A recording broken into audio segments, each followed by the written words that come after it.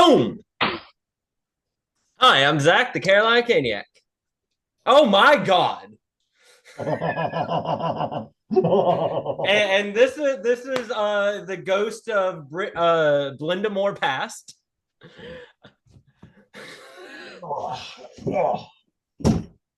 What's up, everybody? Another episode here. My Episode co-host, two. Zach. Chris Keller here. I put that on for a reason. Multiple reasons. One, because Halloween is tomorrow. My goodness, I cannot believe it's already here. Time is flying. Two, we are in a scary situation right now with this team. Hold up. We might have to. Okay, let's hear your opinion. I got a completely different take. It seems like you All first. right. You know Here, what? let's give a little rundown real quick for everyone That's right. That's right. that's tuning in. So in the last week, we've had three games: one against the Stars, one against the Las Vegas Golden Knights, and one against. I'm trying to pull it up right now. Who was it? Was it that the Colorado Avalanche? We had those Colorado. three games. Yes. We beat Colorado. We lost to Dallas, and then we lost again to Las Vegas 2 nights ago. And then tonight we are playing at home against the New Islanders. That's right. That's right. Yeah. I just I'm trying to think. I think it was probably the Colorado game.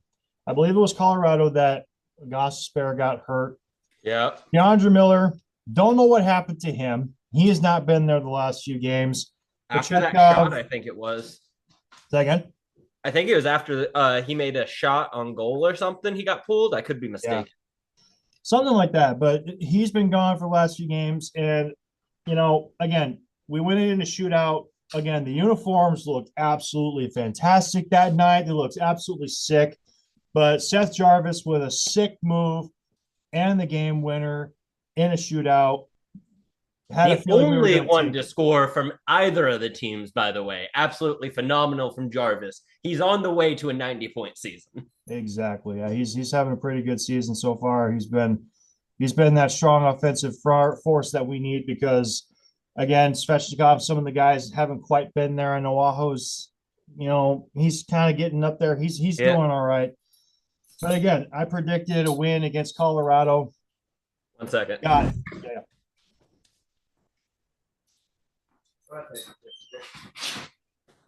As you were saying, So, and then we go into Dallas, and I ain't gonna lie, man. I was screaming at my tablet. I was screaming. I'm sitting there going, what in the world is going on? Like that game just it was frustrating. Absolutely frustrating. I just did I can't even right now. I can't. okay, so going back to the Colorado, we'll take it one game at a time. Colorado went to the shootout. It was tough. The collapse was hard to watch, but we didn't fully collapse, which is something I do want to give credit to the team. They held out. Like most, last year when you see a collapse like that, the Carolina Hurricane wouldn't have finished. They would have lost the game. Yeah. And the fact that they were able to drag it and claw a victory out of their own choice of defeat is something to be I at least give them applause for. Especially they just had it was in the middle, is towards the tail end of the West Coast road trip, the absolute worst one they have all season. Yeah. Just from time travel, they were down 5-6 players by that point. That was the one that I believe, no, that was a Freddie Anderson game. Mm-hmm. um it wasn't great, but it wasn't the Colorado game. I don't think was the end of the world, and it showed we're still on par with. I mean, Colorado's a cup contender. They're probably not going to make it, but they're a contender. Yeah, like I said, Colorado, like I said last week's episode, Colorado has always been a team that has been built for Stanley Cup or bust. But this team is strong. They have a lot of offensive players, a lot of their team just overall is built great. And I mean, let's begin. I don't want to go down to the whole breakdown because obviously we saw the game, we saw the outcome. But a big shout out at the beginning of the game to Brent Burns, 1,500 games, what the players did for him with the Hmm. bottle of wine and the stuff that they gave him. Like, kudos to him. He's had a great career. I think that he needs that Stanley Cup. I really feel like he needs that Stanley Cup to complete out his career. And then as I mentioned before, I saw it a couple times in the period, especially one. I think it was the second with Jalen Chatfield and Marty Nietzsche's kind of cross checking each other, getting a little rough. I mean, it's like, again, some of the guys were taking their shots at Nietzsche, and you could tell like there was some heat there.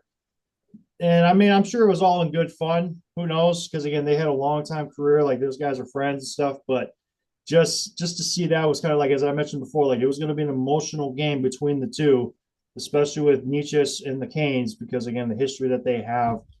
And again, like it was a tough game up and down, but we came out with the win. Jarvis with a sick move, and again, being the only one that got the goal out of the entire shootout. Like, you know, good win. That was good. But what Hmm. I'm still trying to understand is how do we go from that and then we go to Dallas, we get a 2-0 lead. We scored 4 of the 5 goals against Dallas. Just need to throw that out there. 4 of the 5 goals came from us, and we lost 3-2. You can't blame Bussy for any of that. Like he should be right now undefeated. I like him and Kochekov are going to be absolutely phenomenal together. Assuming that they take the next season and Freddie retires or moves on or whatever. So, but yes, continue. When I seen Ehlers knock that puck in, the first comment on the Facebook page from the fan, like a bunch of jerks, the Carolina fan page, Mm-hmm. the first comment I saw was, "Well, Ehlers got his first of the year." I'm sitting there going like, "Wow, why would you? Why And would if you you do see, that?" like the goaltender Bussy was perfectly aligned. Like he would have made a great stop there. He has been killing it as an AHL goalie, and Yeah. to see him give up or not give up, but be scored on by what's hopefully going to be one of our superstars, and it's just it's frustrating. Yeah. I mean, if you were to look at it as a whole, that third goal that was given up off of the defensive player's hand, like obviously he went to go make that dive. And you know what? Like that, it's hard for me not to play both sides, Yep. maybe, because not only do I play the sport, but I'm also a referee as well. Mm-hmm. The refs, for once again, just they seem to be against Las us. Vegas or Dallas? Either or doesn't matter. It doesn't matter because I've seen it year after year after year. Stupid calls by the refs that are putting us in. You can see Rod. Rod is losing his mind. He's we screaming had from the we played bench. It's we like, played guys, 9 penalty kills against Dallas, 8 or 9, and I know we did phenomenal. But like, how are you supposed to do anything when you're down? Half a team in the box. It feels like the yeah. entire And game. again, some of the calls that are made, I'm sitting there going like, dude, it's the freaking NHL. You wouldn't don't call that. I've seen worse.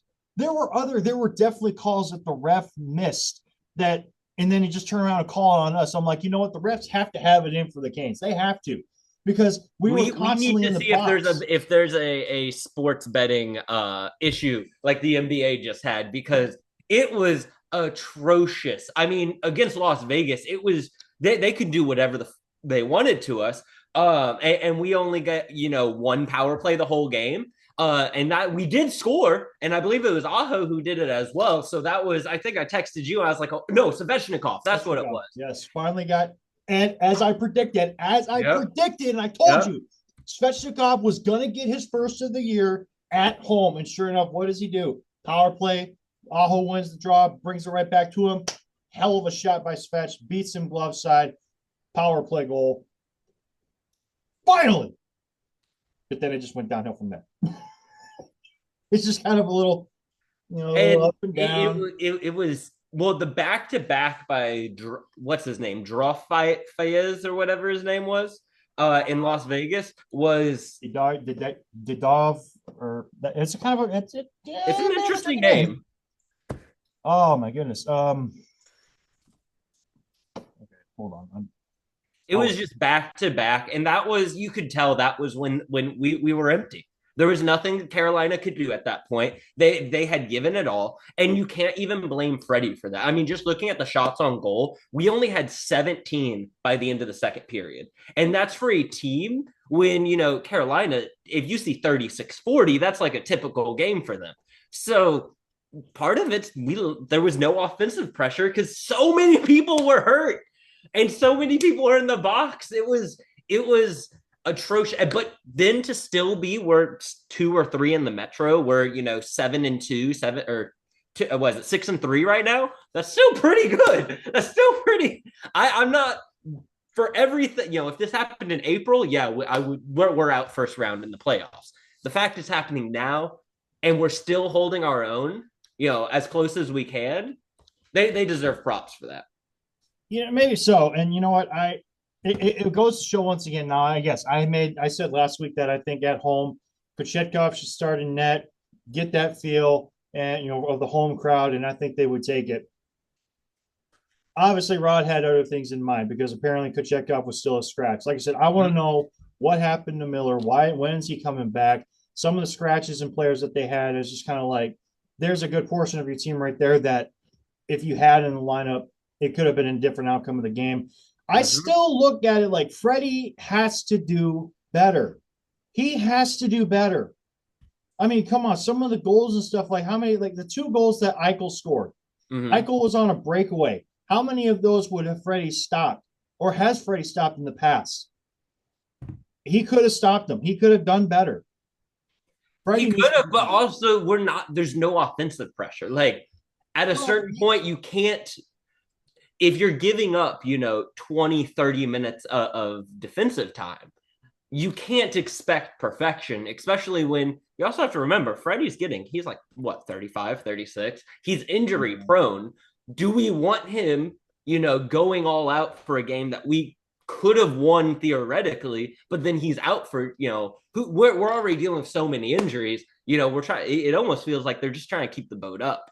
And, there's still 66% win percentage right now. Like that is phenomenal. Like based on, look at the Rangers, look at the Blue, like the teams that you would expect to do well are the injuries are coming, and it's happening to us now. And do you want more injuries? Do we want to play a whole AHL team in a month because we're trying to win the game but lose the season? Yeah. That's my take. I mean, I just looking at the stats from that night against Vegas. Yes, the 6-3 loss. The shots on goal, they weren't too bad. Vegas outshot them 35-24. The faceoff percentage, I mean, we've also been pretty good in the faceoff draw. So, I mean, nothing to worry about there. What I find interesting is I was looking at the stat for power plays. Vegas had 4 power plays. They went 1 for 4. Yep. You look at us, we only had 1. We had 1 power play out of the entire night. So it's funny to look at that stat and go, yep, we went 100% that night. So it's like, yay, we did something. Hey, we're going for that 31st. We're trying to go from 32 to 31. We're trying to get you, Nashville. Yeah, but it's just, it's like I said, and I even had this feeling with looking at the team. Again, Vegas is a team this year that is just built to, make a long playoff run. Again, the way I look at it is they're an equal match to Colorado. They're fast. Yep. They're hard. Which we beat Colorado. Don't forget, at home. Yeah, we beat Colorado, but how is it like we beat Colorado, but now we played Vegas twice and we can't beat them? What? And that's fair. I mean, part of it, we were also playing with 4 D-men on Tuesday. Like, that is true. Lost, yes. What was his name? Finsor or whatever took a terrible puck to the face. That was and he came back at the end of the game to still put some time on the ice. Like, props to that man. Yeah. Gostisbehere was almost immediately out after the shot in the first period. Like he looks like he's going to be out for a couple weeks almost. It looked, based on how Rod's talking, wouldn't be surprised if it's Thanksgiving time and we're seeing him come back on. Like, we were playing with 4 men. Chatfield, Walker, Chatfield, Walker, Nikishin, and Nystrom. Like, those were the 4 we were playing with for an entire basically 30 minutes of the game. Yeah. So that's why I haven't put too much on Las Vegas's loss, because what were we going to do with 1 power play in the beginning, 2 injuries, 17 shots on goal 40 minutes in. Like it what was our in shots on goal? Like 26 or something compared to they easily hit 30. I think Um so. Yeah. it's so frustrating to watch. Yeah. But we're still number 3 in the division behind Pittsburgh somehow and um the Devils, which the Devils are a good team, but we've beaten them several years in a row. We Yeah. beat them home opener. Like, unless Yeah. Jack Hughes goes on a phenomenal run, like I'm not too Yeah. worried about the Devils. And you know what? Again, it's one of those things where again, there's still plenty of time. There's still plenty of season. It's early, but Mhm. it's I'm sure you understand this as a fan sitting there watching this game with the team that we have orchestrated. It's like it's so hard with these games that we have. We're not sustaining enough offensive pressure. Defense, we've got a bunch what looks like a bunch of rookies coming into play Mhm. with the veterans, and they're trying to find their click. And then again, I feel Freddie needs to be better. I really feel that Freddie needs to be better. I want to see Kochetkov in net. I don't know what's taking him. I thought they said that he was good to go. Apparently not. But I mean, as of right now, still dealing with the low body injury, and he's still kind of day to day. So I'm sure at some point he'll make his comeback. Do I feel like we can take the Islanders tonight? Absolutely. If we lose to them, I'm I'm putting a gonna bag on my flip. face. I'm gonna flip. Like I'm just gonna Our AHL guys should be able to beat the Islanders. The only person from the Islanders I would want, I'd be okay if we took Sorokin somehow. If we could get him, that's the only person on the Islanders I like have respect and like think, he's a pretty good player. He can put something up. yeah. Yeah. So I mean, just looking at it tonight, it seems to be that Mhm. Brandon Busey is going to be in between the Yes. pipes. Brandon Busey is going to be in between the pipes right now with a record of 2-1. His save percentage right now is 3-0 in my heart. 0.911. So, and Rod, what Rod said this morning to the reporters, at least to Walt Ruff, he said he's had 3 solid starts. We'd love to see him get another one. He deserved it. He's just solid. He certainly didn't look at any point nervous. This is Mm-hmm. where I belong. He's 6'4" and 216. People need to realize he is a unit and he's gliding around like he's on a cloud. He has earned his spot on the lineup, especially during the how do you I always mess up our other goalie's name. Is it Kochekov or Kucherov? It's Kochetkov. Kochekov. Especially with Kochekov out. If I was him, I'd be a little nervous about my spot right now. I'd be like, am I about to get traded? Honestly, at this point, it's like if we could just see if Kochetkov can come back from his injury and play solid, Mm-hmm. Freddie, in my mind, would be the one of like, you should be worried about your spot because Busey's playing well, Kochetkov's playing well. You've led him some soft ones. You've had some bad games. I would consider either him being scratched or think about putting him on the trade block to find a different goaltender that could come in and help fill, at least have that veteran role that's playing well right now to help back up or at least be. But you also have to think Freddie has something that neither Kochekov or Bussy have, which is he has time-tested playoff experience. I mean, we're talking he took us all the way to the Devils, and I don't blame him for our loss in the final. I think he was a part of it, but I don't think he put I don't think he's any more or less to blame than anyone else on the team. Maybe even a little bit less because where was the scoring for that? So there is that part that he does have that experience that, hopefully in a dream world, Boosie does absolutely amazing this season. Freddie can finish us out, take us to a cup or something. And then he gives, Kochekov and Busey a chance to just feel the playoffs, get in there, get comfortable. So that way next season we can just bring them both in and trade him for picks, something. Get us something. Yeah. So I mean, again, looking at the list right now, especially with the injuries, we have William Carrier, who is out with a low body injury, out for an extended period of time. Shane Gostisbehere is out with a midsection injury. There's no timetable for his return. As we've already said, this Peter Kochetkov, he's got a lower body injury. He's day to day. Keandre Miller, low body injury. Currently they said as of the 27th, his return is basically right around the corner. So at any moment now he could be coming back. Hopefully he's able to come in sooner rather than later. Yeah, Eric Robinson has an upper body injury. He's out for an extended period. And then last but not least, our beloved defensive player, our Jacob Slavin is still going to be out for a while. And that was the last report where that was October 14th. So he's still going to be out for a while. So again, a bunch of guys that it's like if they were to come back, this team would be bigger, stronger, faster, better, and much more effective, collecting more wins. I mean, you look at the defensive list right now. You got Nikishin with Walker, Chatfield with Nystrom, and then Riley with Legal. And that third line is going to be, I won't say it's a dead weight because they've earned their spots, but it is nowhere near as strong as the other two. Yeah. Chatfield and Nikishin are really going to have to hold their own. This really going probably all the way into next week. I mean, we have the Islanders today. Then we do a 2-game road trip to Boston on Saturday, and then New York Rangers on Tuesday for election day, by the way. Anyone in North Carolina, please go vote in municipal elections. And then coming back next Thursday, whenever we have our next podcast, will be a home game against Minnesota. I mean, we should, in theory, be able to beat the Islanders, the Bruins. The Rangers the first team ever to not score a goal in the first 3 home games. Not saying, I think we'll win against the Islanders tonight handily. I think Boston will be a tougher one, but I think we win 3-2, 4-2. And I think the Rangers would be the hardest, not because I think they're a better team than the others, but because you're in Madison Square Garden. They're going to want blood. New York fans will want blood every time you're in Manhattan. So that will be not even because they're good, but just because they're a lot and they're just assholes. Yeah, every single one of them. Yeah. So yeah, oops.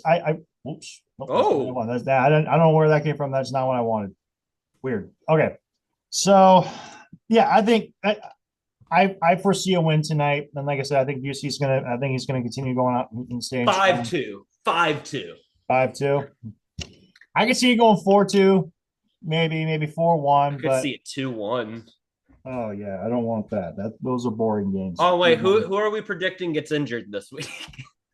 Yeah, I'm not doing that because I just don't want it to come to fruition. Okay, don't want that to happen. How much time's left on the Zoom meeting, real quick? We've been doing it for 20 minutes. I don't know if it tells you. I don't see. Okay, no worries. We'll plan for another 7 just to be safe. Okay, so with that being said, I want to transition because this needs to be discussed. This needs the power play. What? The power play? No. I just gave you a little snippet of where I'm going to go with this, okay? And you need to join me on this, all right? Okay. You got me. Sold. Okay, what are we talking about? Well, we're going to talk about the Blues. I want to talk about what is wrong with this team.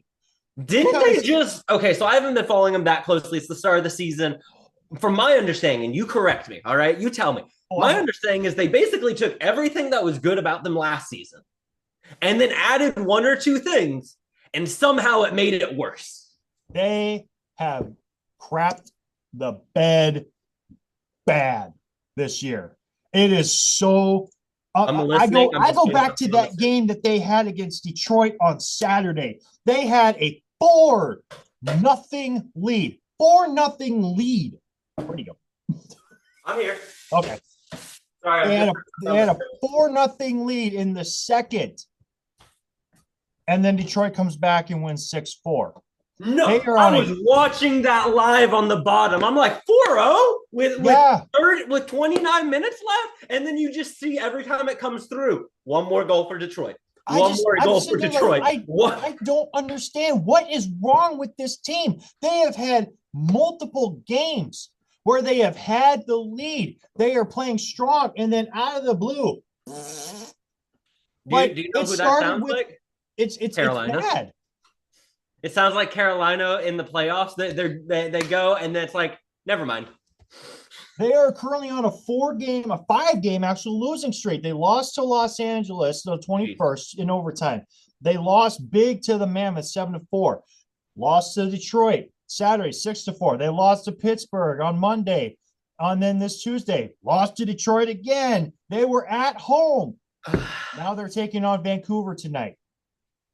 Something is wrong with this team. Binnington, okay, I'm sorry. Hoffer, you suck, okay? You straight up supposed to be the savior. He sucks. I don't want to hear it. He sucks.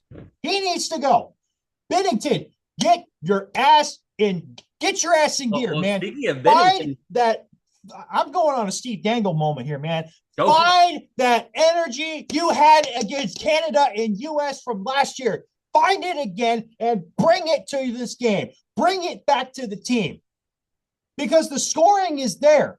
The offense is there. Defense, maybe a little fix here and there, but the goaltending is what's killing this team. Too many times they are getting a lead and then they sit back and then they let the other team come in and then they get run over. Hear me out. Hear me out. So what if crazy trade, Bennington, Anderson? I'm just saying. I would love to see Bennington raise another cup. I would love to see Carolina raise a cup. And maybe, just use them as a rental. That's all I'm saying. Use them as a rental. Use him as a rental. Who? Bennington. Well, I guess both. Bennington as a rental? Well, okay, he's not. Listen, he's projected to be the starting goalie for Team Canada for the Olympics this year.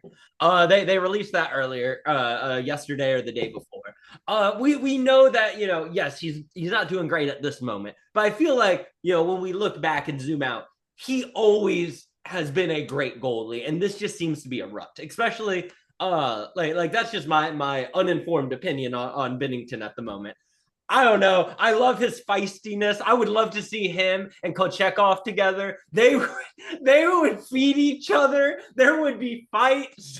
I'm not gonna lie. That would be I, as a Canes fan and Blues fan, would love to be able to see that Bennington in a Canes outfit and backing up or being the starter and having Kochekov as like seeing them two together. I would love to see that as our third string, as our AHL call up. Like, it would be phenomenal to see. It would. I would say trading, if we could trade, I love Freddie, but trading him for Igor, I wouldn't be against. Trading him for maybe not Sorokin, maybe, but like Igor and Bennington are one of the only two goalies I would be happy seeing us trade up for. I mean, I have a hard time seeing the Igor. I'm assuming you're talking Igor Shesterkin. Yeah, but he's with him signing that contract in New York, like he's not going anywhere for a while. I mean, the whole team sucks right now. The whole team, Rangers team, just sucks right now anyway. But I'm telling you, man, maybe it's the jerseys. Maybe it's the new jerseys. Maybe it's because everybody puts so much focus into that. We come out in these. I mean, don't get me wrong, I love them. I want to try and get one, but you go from a year where the jerseys are dark and bold, and then you come out this year and they're just kind of light and pretty, and you ain't playing well. I don't know. Maybe it's the jerseys. Some people are blaming the jerseys. Me, on the other hand, I'm just like, maybe it's the coaching. Maybe we gave too much credit to, was it Montgomery? I think it is. Who's the head coach right now? Maybe he's getting too much credit for what he did last year, going from a terrible team to a team that was about to squeak into the playoffs. Maybe he got too much credit. Maybe his team just went on a hot streak and they are just not that good. I just know right now that if they keep this up, he's not going to have a job much longer. And then it's like, who else do you bring in? Promote from the minors. It's not going to happen. But one of my all-time favorite coaches, there's two of them. Okay. Rod Briggamore? Oh, no. I'm talking like ones that could use a job right now. Okay, I'm talking ones that could use a job. Yeah. One of them I'm not certain about because I don't know where he is. The first one, John Tortorella. Bring him into the Blues organization. I know he's always been an East Coast guy because all the teams that he's coached on the East. Wasn't he just on the Flyers? Yeah, he was coach of the Flyers. Yeah, but Tampa Bay, Columbus, Flyers, New York. He's been on the East. Bring him to the West. See what he does. Okay, I got Zoom meeting will end in 10 minutes. Okay, so and then the other one that I have that I have mad respect for just because of what he did to the team. Mm-hmm. Daryl Sutter. Okay. I liked Daryl Sutter a lot, regardless of what everybody has said about him in the past. he brought the LA Kings to 2 Stanley Cups in however long. Now I know we had the same situation. We had Craig Berube come in as an assistant coach or whatever, or promoted him to head coach, Mhm. and he turned the franchise around and helped us win that cup in 2019. Now, I mean, I get it. We made the playoffs. The Blues made the playoffs last year, took a game 7 to and against Winnipeg, had a chance to win it, but it just wasn't enough. But now I look at this team this year, and it's like this team looks lost. This team plays at times very lethargic. Like they don't know what they're doing half the time. That's where I say if this keeps up, Montgomery is not going to have a job much longer. Where do you go from there? I mean, and it's a similar question they had at last whenever they dropped their head coach Army or whatever. They were lost and they had to they tried something and it worked with Montgomery for a time. Yeah. I mean the Blues organization and really St. Louis as a whole, if you want to include the Cardinals, they're kind of lost. They've gone from a decade almost of, I mean, look in the late 2000s to really going into the 2010s. You had, the Brad Boys era with him and O'Reilly and Backus. Going into, the Cardinals, they had Pujols, Wainwright, Carpenter, Molina. Like they had in 2011 you had the impossible run. That was the best World Series. You had the Blues, who got the President's Trophy, followed by getting swept by the Canucks in the first round. Yep. But you had some great teams, and then the Blues, they had their ups and downs moments, but they ended the decade with a Stanley Cup. The Cardinals ended and began the 2020s with that miracle with Pujols coming back and Molina. Like they've basically, both organizations and St. Louis as a whole has been living off of fumes. They've been letting the forward momentum push them. Growing up as a kid, I remember St. Louis had the best farm system, whether it was the Blues, the Cardinals, their minor leagues. They knew they were a small market team, but they made the best of it. And they won, a World Series every decade or so. They won, took 49 years for a Stanley Cup, but it was worth it as a fan to go to the games and be excited. And now they're everything about it is just lost. And it's something I don't think that either team will move. But it's one of the, if it wasn't St. Louis, if Phoenix or Utah or Seattle, some other small market team was having similar issues as the Blues and the Cardinals, that's when you would be talking what city could want to buy them, because the owners obviously don't entirely care. And it's sad to see because this is the Blues. That was my baby. That's what got me into sports. That's where I'm at too. Like I said, it's hard because, again, all those years ago, I was in the organization of the Blues area, the Blues teams or whatever, farm team, whatever. And then and then we win the cup in 19. And then it was just like, okay, we completed it. Can we do it again? For me, it's like, you need to think back. Like, I understand with different players, different coaches, the atmosphere is going to change. You're not going to be able to find the same thing that worked before. But there has to be something there. Where's the dark magic? Where is that? Where's that one thing that, even though I know O'Reilly, most of the guys that were on the team before are not there now. What was that thing that you guys came together back in 2019? For some of you that are still there, what was that thing that back in 2019 that you guys gelled and came together and were the number 8 seed, squeaked into the playoffs, and went all the way and won the cup? What is that thing right now that you guys need to find? Because right now, it's sad to look at the standings, and I see I believe we're either right at or above with the Wild, but it's at the bottom of our division. It ain't good. Something's got to give.